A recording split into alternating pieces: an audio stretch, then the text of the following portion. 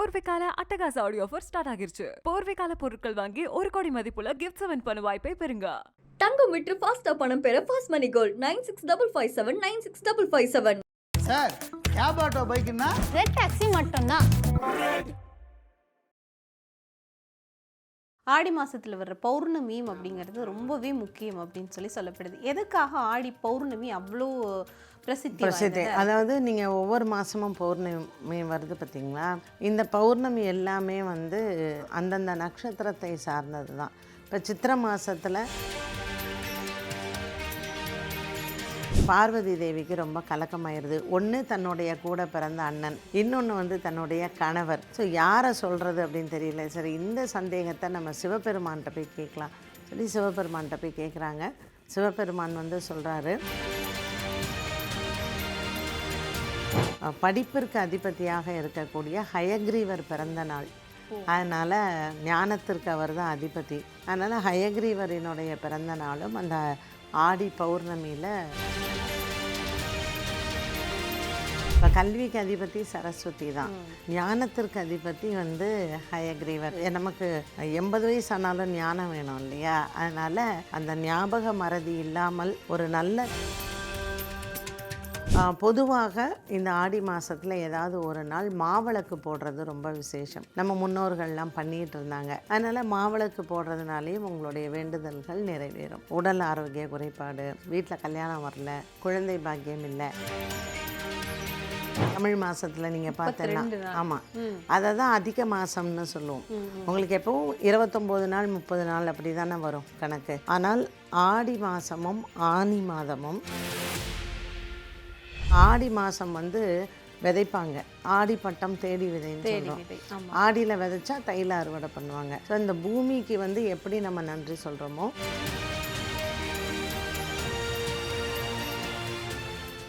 IBC பக்தி நேயர்களுக்கு இனிமையான எந்நேரத்து வணக்கங்கள். இன்று நம்ம கூட பார்த்தீங்க அப்படின்னு சொன்னால் பாரதி ஸ்ரீதரம்மா அவங்க இருக்காங்க. நிறைய விஷயம் ஆடி மாதத்தோட விசேஷங்கள் பற்றி நிறைய விஷயங்களை அவங்க கிட்ட கேட்டு தெரிஞ்சுக்கலாம். அம்மா வணக்கம். வணக்கம்.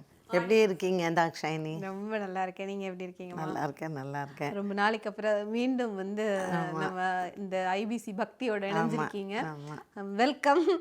தொடர்ந்து நிறைய காணொளிகள் பண்ணுவோம் கண்டிப்பாக. இப்போ ஆடி மாதம் அப்படின்னு சொன்னால் தெய்வங்களுக்கெல்லாம் உகந்த மாதம் தான் இந்த ஆடி மாதம் அப்படின்னு சொல்லுவாங்க. ஆனால் ஆடி மாதத்தில் பூஜை நடக்கும், திருவிழா நடக்கும், மாரியம்மா திருவிழா நடக்கும், வேப்பிலை மஞ்சள், இப்படி நிறைய விஷயங்கள் நடக்கும். ஆனால் நல்ல விஷயங்களை எல்லாத்தையும் ஒதுக்கி வச்சுக்கிறாங்க. காது குத்தோ, திருமணமோ, புது வீடு புகுறதோ, அல்லது வந்து கணவன் மனைவியை கூட பிரித்து வச்சுருவாங்க.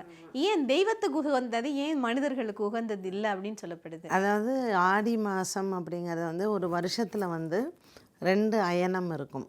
அப்போ இது உத்தராயணம், தட்சிணாயனம். தேவர்களுக்கு உத்தராயண காலம் வந்து பகல், தட்சிணாயன காலம் வந்து இரவு. அதாவது பிரித்து வைக்கணும் தம்பதிகளை, இல்லை நல்லது பண்ணக்கூடாதுன்னு சாஸ்திரம் சொல்லவே இல்லை. ஆனால் நம்ம முன்னோர்களுக்கு வந்து என்ன, அவங்களுக்கு வந்து விஞ்ஞானம் நல்லா தெரியும். அப்போ ஒரு கிரகம் இப்படி நகர்றது அப்படின்னா மக்களுக்கு என்ன மாதிரியான பாதிப்புகள் இருக்கும்னு. இந்த அயனம் தட்சிணாயன புண்ணிய காலம் ஆரம்பிக்குது அப்படின்னா பருவம் வந்து மாறும். அப்போது அந்த பருவம் மாறும்போது, இப்போ காற்று காலம் வந்துடும் இல்லையா, ஆடி மாதங்கிறது காற்று காலம். இந்த பருவம் மாறும்போது நம்ம உடலில் வந்து நிறைய மாற்றங்கள் ஏற்படும். அப்போ புதுசாக கல்யாணம் ஆன தம்பதிகள் ஆடி மாதத்தில் 1-2 அவங்க கர்ப்பம் தரித்தால் அந்த குழந்தை ஆரோக்கியமாக இருக்காது. ஏன்னா சூரியனோட தாக்கம் பூமி மேலே வந்து அதிகமாக படுது, உஷ்ணம் அதிகமாக இருக்கும். அதனால தான் உங்களுக்கு கேப்பங்கூழ் சாப்பிட்ணும், ஞாயிற்றுக்கிழமையில் அம்மனுக்கு கூழ் வாக்கிறது. அப்போ இது எல்லாத்தையும் வகைப்படுத்தி வச்சா நம்ம வந்து பக்தியை விட மனிதர்களுக்கு பயம் ஜாஸ்தி. அதனால் ஒரு பயத்தோடு கலந்த பக்தியை வந்து நம்ம முன்னோர்கள் நமக்கு கொடுத்துருக்குறாங்க. இப்போ ஆடி மாதத்தில் வந்து பார்த்திங்கன்னா சீமந்தம் பண்ணுவாங்க. இப்போ ஒரு பெண்ணுக்கு 8ஆம் மாதம் வந்துருச்சுன்னா ஆடி மாதம்லாம் விட மாட்டாங்க, ஆடி மாதத்தில் சீமந்தம் பண்ணுவாங்க. இப்போ பிறந்த நாள் வந்துருச்சுன்னா ஆயுஷோமம் பண்ணுவாங்க, சஷ்டியப்த பூர்த்தி பண்ணுவாங்க. ஸோ நம்மளுடைய நட்சத்திரம் சார்ந்த விஷயங்களை கொண்டாடலாம். ஆனால் நம்ம ஒரு நாள் பார்த்து பண்ணுறது, கிரகப்பிரவேசம் பண்ணுறதோ, வீடு பால் காய்ப்போ, அதெல்லாம் வந்து பண்ண மாட்டாங்க. ஏன்னா சூரியனோட தாக்கம் வந்து அதிகமாக இருக்கிறதுனால சில நன்மைகள் வந்து நமக்கு அது வராது. அப்போ அதை ஆன்மீகத்துக்கு மாற்றிக்கிட்டு நீங்கள் வந்து பாருங்களேன், ஆடியில் வந்து வாரம், நட்சத்திரம், திதி இதெல்லாம் எடுத்துக்கிட்டிங்கன்னா ஆடியில் வந்து செவ்வாய், வெள்ளி, ஞாயிறு விசேஷம். திதி எடுத்துட்டிங்கன்னா அமாவாசை, பௌர்ணமி, நாக சதுர்த்தி, கருட பஞ்சமி இது எல்லாம் விசேஷம். ஏன்னா ஆடி பௌர்ணமி ரொம்ப விசேஷம், ஆடி அமாவாசையும் விசேஷம், நாக சதுர்த்தி, கருட பஞ்சமி ரொம்ப விசேஷம். அடுத்தது வந்து நீங்கள் நட்சத்திரம் எடுத்துட்டிங்கன்னா ஆடி பூரம், ஆடி கிருத்திகை. ஸோ இதில் எல்லாமே வாரம், திதி, நட்சத்திரம் வந்து ஒரு பர்டிகுலராக இதை நீ பண்ணு, அப்போ உனக்கு வர நாட்கள் நல்லா. அதாவது ஆடி மாசத்துல எல்லாமே விசேஷம், வர்ற வாரம், திதி, நட்சத்திரம் எல்லாமே விசேஷம்தான். அதனால் ஒரு வகைப்படுத்தினாங்க. மாவிளக்கு போடு, கூழ் வார்க்கிறது, வேப்பிலை வீட்டு வாசலில் வைக்கிறது. ஸோ சூரியன் வந்து கீழ்நோக்கு பாதையில் வரும்போது வியாதிகள் அதிகமாக இருக்கும், ஆற்றுல வந்து புது வெள்ளம் வரும். இப்போ இதெல்லாம் உடல் ஆரோக்கியத்திற்கு நன்மை தராதுங்கிறதுனால உணவு பழக்க வழக்கத்திலேருந்து ஒரு விரதம் அப்படின்னு வச்சு இந்த கட்டுப்பாடோடு இருந்தால் நமக்கு நல்ல ஆரோக்கியமாக வாழ முடியும் அப்படிங்கிறதுக்கு தான் வச்சாங்களே தவிர கண்டிப்பாக இப்படி பண்ணணும் அப்படிங்கிற மாதிரி பண்ணலை. இப்போ வந்து நம்ம ஆடி அப்படின்னு சொன்னாலும் அமாவாசை எவ்வளோ முக்கியமானதோ அதே போல் ஆடி மாதத்தில் வர்ற பௌர்ணமியும் அப்படிங்கிறது ரொம்பவே முக்கியம் அப்படின்னு சொல்லப்படுது. எதுக்காக ஆடி பௌர்ணமி அவ்வளோ பிரசித்தி? அதாவது நீங்கள் ஒவ்வொரு மாதமும் பௌர்ணமி வருது பார்த்தீங்களா, இந்த பௌர்ணமி எல்லாமே வந்து அந்தந்த நட்சத்திரத்தை சார்ந்தது தான். இப்போ சித்திரை மாதத்தில் சித்ரா நட்சத்திரத்தில் இருக்கும், அதனால் சித்ரா பௌர்ணமி. வைகாசி மாதத்தில் விசாகத்தில் இருக்கும், அதனால் வைகாசி. ஆனி மாதம் பார்த்திங்கன்னா மூல நட்சத்திரத்தில் இருக்கும், ஆனி மூலம். இப்படி ஒவ்வொரு மாதமுமே அந்த சந்திரன் இருக்கக்கூடிய நட்சத்திரத்திற்கு விசேஷம் இருக்கும். இப்போ இந்த ஆடி பௌர்ணமி என்ன விசேஷம் கேட்டிங்கன்னா, சந்திரன் வந்து மகர ராசியில் இருப்பார், சூரியன் வந்து உங்களுக்கு கடகத்தில் இருக்கார். அப்போது சூரியன் வந்து கடகத்தில் இருந்து அதோடைய சப்தமத்தில் சந்திரன் திருவோணத்தில் இருக்கும்பொழுது அந்த பௌர்ணமியில் தான் அம்பாள் வந்து சிவனை நோக்கி தபஸ் பண்ணுறா. இந்த சம்பவம் எங்கே நடந்தது அப்படின்னு பார்த்திங்கன்னா சங்கரன் கோவிலில்.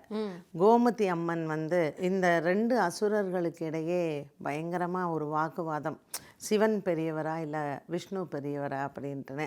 அப்போ இவங்க 2 பேரும் என்ன பண்ணுறாங்க, போய் பார்வதி தேவி கிட்ட கேட்குறாங்க, யார் பெரியவங்க, இந்த உலகத்திலேயே யார் பெரியவங்க.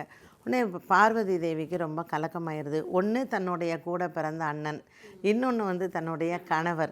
ஸோ யாரை சொல்கிறது அப்படின்னு தெரியல. சரி, இந்த சந்தேகத்தை நம்ம சிவபெருமான்கிட்ட போய் கேட்கலாம் சொல்லி சிவபெருமான்கிட்ட போய் கேட்குறாங்க. சிவபெருமான் வந்து சொல்கிறாரு, தென்காசி பக்கத்தில் இருக்கக்கூடிய இந்த சங்கரன் கோயிலில், ஏன்னா அப்போல்லாம் உங்களுக்கு அடர்ந்த காடு தானே, எல்லாம் புன்னை மரங்கள் நிறைந்து இருக்கக்கூடிய இந்த வனத்தில் ஊசி முனையில் நீ வந்து தப்பசிரு, என்னை நோக்கி நீ தப்பசிரு, உனக்கு அந்த இடத்துல விடை கிடைக்கும், யார் பெரியவங்கன்ற விடை அங்கே கிடைக்கும்னு சொல்லிடுறார். உடனே பார்வதி தேவியும் பூலோகத்திற்கு வந்து அந்த புன்னை மரத்தில் அந்த வனத்தில் வந்து ஊசி முனையில் ஒத்த காலில் தபஸ் பண்ணுறா கோமதி அம்மன். அப்போது சிவபெருமானும் மகாவிஷ்ணுவும் சேர்ந்து வராங்க. எப்படி? சங்கர நாராயணரா. ஸோ வலது பக்கம் வந்து சிவபெருமானும் இடது பக்கம் வந்து மகாவிஷ்ணுவும் சேர்ந்து சங்கர நாராயணராக வந்து காட்சி தந்து, உலகத்தில் எதுவுமே உயர்ந்தது தாழ்ந்தது அப்படிங்கிறது கிடையாது. ஸோ ஹரியும் ஹரனும் ஒன்று தான். ஸோ சைவமும் உண்டு, வைஷ்ணவமும் உண்டு, ரெண்டுமே சேர்ந்தது தான் அப்படின்னு சொல்லி உலகத்திற்கு இதை எடுத்து காட்டணும் அப்படிங்கிறதுக்காக இந்த சம்பவம் இந்த ஆடி தபஸில் நடந்தது. அதனால் அன்றையிலிருந்து இன்றைக்கி வரைக்கும் இந்த ஆடி தபஸு ஒரு 12 நாள் உற்சவமாக நமக்கு சங்கரன் கோயிலில் வந்து பண்ணுறாங்க. அதை தவிர்த்து இந்த ஆடி பௌர்ணமி திருவோண நட்சத்திரத்தில் சந்திரன் வரும்போது படிப்பிற்கு அதிபதியாக இருக்கக்கூடிய ஹயக்ரீவர் பிறந்த நாள். அதனால் ஞானத்திற்கு அவர் தான் அதிபதி. அதனால் ஹயக்ரீவரினுடைய பிறந்த நாளும் அந்த ஆடி பௌர்ணமியில் கொண்டாடுறது உண்டு. இப்போ நம்ம இந்த ஆடி பௌர்ணமி விரதம் அனுஷ்டிக்கிறதால எந்த வரம் வேண்டி இந்த ஆடி பௌர்ணமி விரதத்தை அனுஷ்டிக்கலாம்? நீங்கள் வந்து உங்களோட குலதெய்வத்தையே நினச்சி வேண்டிக்கலாம். இப்போ ஒவ்வொருத்தருக்கு ஒரு ஹயக்ரீவரோட பிறந்த நாள் அப்படின்றதால கல்வி வேண்டி நம்ம பிரார்த்தனை பண்ணி. கல்விக்குன்னு இல்லை, நிறைய குழந்தைங்களுக்கு ஞாபக மறதி. இப்போ கல்விக்கு அதிபதி சரஸ்வதி தான், ஞானத்திற்கு அதிபதி வந்து ஹயக்ரீவர். ஸோ நான் எந்த ஒரு நமக்கு 80 வயசு ஆனாலும் ஞானம் வேணும் இல்லையா, அதனால் அந்த ஞாபக மறதி இல்லாமல் ஒரு நல்ல ஞானத்தை கொடுப்பவர் ஹயக்ரீவர். ஆடி பௌர்ணமியில் நீங்கள் ஹயக்ரீவருக்கு ஏலக்காய் மாலை போட்டு ஞானானந்த மயந்தேவம் ஸ்லோகம் சொல்லி ஹயக்ரீவர் வழிபாட்டை ஒரு 12 முறை அன்றைக்கி வந்து சொல்லி நீங்கள் வழிபட்டால் அந்த ஞானத்தை கொடுக்கக்கூடியவருக்கு நம்ம ஒரு சின்ன நெய்வேத்தியம் ஏதாவது வெல்லத்தினால் ஆன நெய்வேத்தியம் செஞ்சு வழிபட்டால் நமக்கு ரொம்ப நல்லது. அதே மாதிரி ஆடி பௌர்ணமியில் உங்களுடைய குலதெய்வ வழிபாட்டை நீங்கள் செய்யலாம். பொதுவாக இந்த ஆடி மாதத்தில் ஏதாவது ஒரு நாள் மாவிளக்கு போடுறது ரொம்ப விசேஷம். நம்ம முன்னோர்கள்லாம் பண்ணிகிட்டு இருந்தாங்க. அதனால் மாவிளக்கு போடுறதுனாலேயும் உங்களுடைய வேண்டுதல்கள் நிறைவேறும். உடல் ஆரோக்கிய குறைபாடு, இல்லைன்னா உங்களுக்கு வந்து வீட்டில் கல்யாணம் வரல, குழந்தை பாக்கியம் இல்லை, வேலை கிடைக்கல, கடன் பிரச்சனை அதிகமாக இருக்குது, எதுவாக இருந்தாலும் நீங்கள் வந்து மாவிளக்கு பூஜை தாராளமாக பண்ணலாம். கண்டிப்பாக. இந்த ஆடி பௌர்ணமி அப்படிங்கிறது எப்போமா வருது? ஆடி பௌர்ணமி இந்த வாட்டி வந்து பார்த்திங்கன்னா ஜூலை மாதம் 29ஆம் தேதி புதன்கிழமை அன்னைக்கு ஆடி பௌர்ணமி வருது. அதனால் அன்றைக்கி வந்து நீங்கள் கோவிலில் போய் விளக்கேற்றி பொங்கல் வைக்கிறது அப்படிங்கிறதும் ரொம்ப சிறப்பு. இல்லை வீட்டிலையே நீங்கள் செய்யணுன்னாலும் குலதெய்வத்துக்கு பொங்கல் வச்சு அதை அன்னதானம் மாதிரி பண்ணி மாவிளக்கு ஏற்றி நீங்கள் விசேஷமாக கொண்டாடலாம். இப்போ வந்து இந்த ஆடி பௌர்ணமிக்கு அப்புறமா அடுத்ததாக வரக்கூடிய இந்த ஆடி மாதத்தில் விசேஷமான நாள் அப்படின்னா அது என்ன? ஆடிப்பெருக்கு. ஆடிப்பெருக்கு ஆகஸ்ட் மாதம் 3ஆம் தேதி, ஆடி 18ஆம் தேதி. ஏன் வந்து ஆடி பெருக்க 18ஆம் தேதி வச்சாங்கன்னு உங்களுக்கு தெரியுமா? அதாவது சூரியன் வந்து 365 நாள் அவருடைய பாதை இல்லைம்மா, நமக்கு தெரியும். 1 இயர் அப்படிங்கிறது வந்து 365 டேஸு. அப்போ சித்திரை 1ஆம் தேதியிலேருந்து பங்குனி மாதம் 30ஆம் தேதி வரைக்கும் நீங்கள் கணக்கு எடுத்துக்கிட்டிங்கன்னா ஆனி மாதமும் சரி ஆடி மாதமும் சரி 32 நாள் இருக்கும். தமிழ் மாதத்தில் நீங்கள் பார்த்தேன்னா ஆமாம், அதை தான் அதிக மாதம்னு சொல்லுவோம். உங்களுக்கு எப்பவும் 29 நாள் 30 நாள் அப்படி தானே வரும் கணக்கு. ஆனால் ஆடி மாதமும் ஆனி மாதமும் கரெக்டாக 32 நாள் வரும். இது எதனால் அப்படின்னா சூரியன் வந்து அவர் அட்ஜஸ்ட் பண்ணிப்பார். அந்த பாதை அவர் போகணும் இல்லையா, 12 ராசிக்குள்ளே போகிறதுக்கு அவர் வந்து முன்ன பின்ன அட்ஜஸ்ட்மெண்ட்டு. இந்த ஆடி 32ல் கரெக்டாக பாதி தான் 18. ஸோ அந்த முதல் தேதியிலேருந்து 18ஆம் தேதி வரைக்கும் ஆடி மாதத்தில், அதற்கு பிறகு பெருக்கு அப்படின்னு சொல்கிறது. இப்போ பெருக்கு அப்படின்னா நம்ம வளர்ச்சி அப்படின்னு அர்த்தம். ஆற்றில் வந்து அன்றைக்கி புது வெள்ளம் வரும். ஆடி மாதமே நான் சொன்னேன் உங்களுக்கு வந்து பருவம் மாறுறது அப்படின்ட்டுன்னு. ஆற்றுல வந்து புது வெள்ளம் வரும் பொழுது மக்கள் வந்து அதற்கு ஒரு நன்றி தெரிவிக்கிற வகையாக அதை வந்து கொண்டாடுவாங்க. இந்த ஆற்றில் வரக்கூடிய புது வெள்ளத்தில் நம்ம ஹிந்து தர்மப்படி நீங்கள் பார்த்தீங்கன்னா பஞ்சபூதங்களையுமே நம்ம வணங்குறோம். நிலம், நெருப்பு, நீர் எல்லாத்தையுமே நம்ம வணங்கிறது தான். ஸோ இந்த ஆடி மாதத்தில் மண்ணுக்கு வந்து ரொம்ப பெருமை உண்டு. ஆடி மாதம் வந்து விதைப்பாங்க. ஆடி பட்டம் தேடி விதைன்னு சொல்கிறோம். ஆடியில் விதைச்சா தைல அறுவடை பண்ணுவாங்க. ஸோ இந்த பூமிக்கு வந்து எப்படி நம்ம நன்றி சொல்கிறோமோ நீருக்கும் நன்றி சொல்லும் விதமாக ஆடி 18 கொண்டாடுவோம்.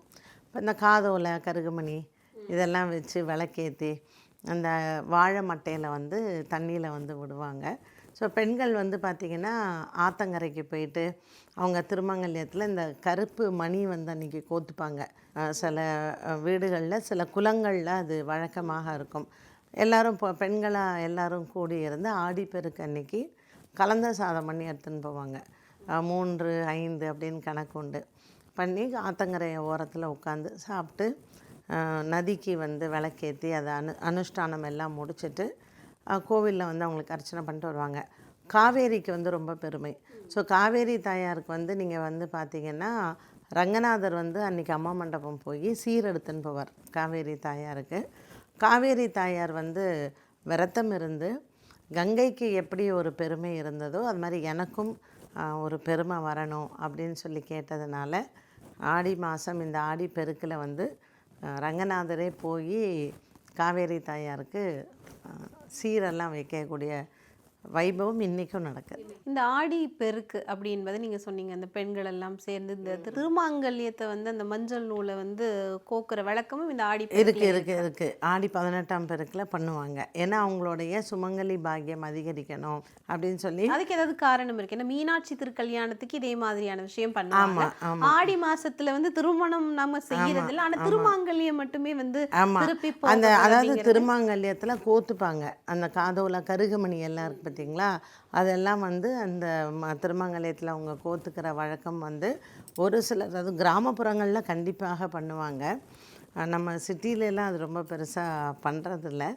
அவங்களுக்கு வந்து என்னென்னா அந்த புது மஞ்ச சரடில் ஆடி பெருக்கன்னைக்கு பண்ணால் அவங்களுடைய சுமங்கலி பாக்கியம் அதிகரிக்கும் அப்படின்ட்டு. இப்போ இந்த ஆடி பெருக்கு அன்னைக்கு ஏதாவது விரதம் அனுஷ்டானம் அந்த மாதிரி செய்யணுமா அல்லது இந்த மாதிரியான இயற்கை வழிபாடு இயற்கை வழிபாடு கொண்டாட்டம் தான். அன்றைக்கி வந்து நான் சொன்னேன் பார்த்தீங்களா, அந்த காலத்தில் வந்து கிராமங்கள் ஃபுல்லாகவே அப்போது அவங்களுக்கு ஒரு என்டர்டெயின்மெண்ட் இருக்கணும். அப்போ பக்கத்து ஊரில் பொண்ணை கல்யாணம் பண்ணி கொடுத்துருப்பாங்க, அவங்க வீட்டுக்கு கூப்பிடுவாங்க. ஆடி மாதத்துக்கெலாம் கூப்பிடும்போது மொத்தமாக எல்லோரும் ஒரு சோஷியல் கேதரிங்காக ஆத்தங்கரையில் போய் சாயங்காலத்தில் உட்காந்துட்டு நல்லா சாப்பிட்டுட்டு, ஏன்னா வெயிலில் போக முடியாது, உங்களுக்கு சாயந்தர நேரம் தான் போக முடியும்.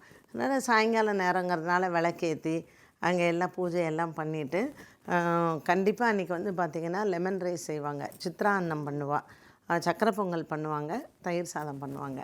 ஸோ இது மூணும் கலந்து சாதம் பண்ணி எடுத்துன்னு போய் உட்காந்து சாப்பிட்றது இன்றைக்கும் காவேரி ஆற்றங்கரையில் நிறைய கிராமங்களில் நடக்குது. அதாவது ஆடி பௌர்ணமியோட விசேஷம், ஆடி பெருக்கோட தன்மை அப்படிங்கிறது ரெண்டையுமே வந்து இந்த காணொலியில் நம்ம பார்த்துருக்கோம். எங்களுடைய நேயர்களுக்கு இது சம்பந்தமான ஒரு தெளிவூட்டல் அப்படிங்கிறது கிடைச்சிருக்கு. இந்த நேர்காணலுக்கு நன்றிங்க.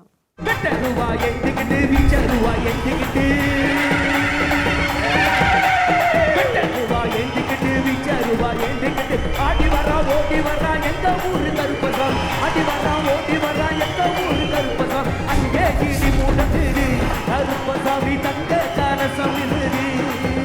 போர்வைக்கால அட்டகாச ஆடியோ ஆஃபர் ஸ்டார்ட் ஆகிருச்சு. போர்வைக்கால பொருட்கள் வாங்கி 1 கோடி மதிப்புள்ள கிஃப்ட்ஸ் வின் பண்ண வாய்ப்பை பெறுங்க. தங்கம் விற்று ஃபாஸ்டா பணம் பெற fast money gold 9655 96557. Sir cab auto பைக்குன்னா ரெட் டாக்ஸி மட்டும்தான்.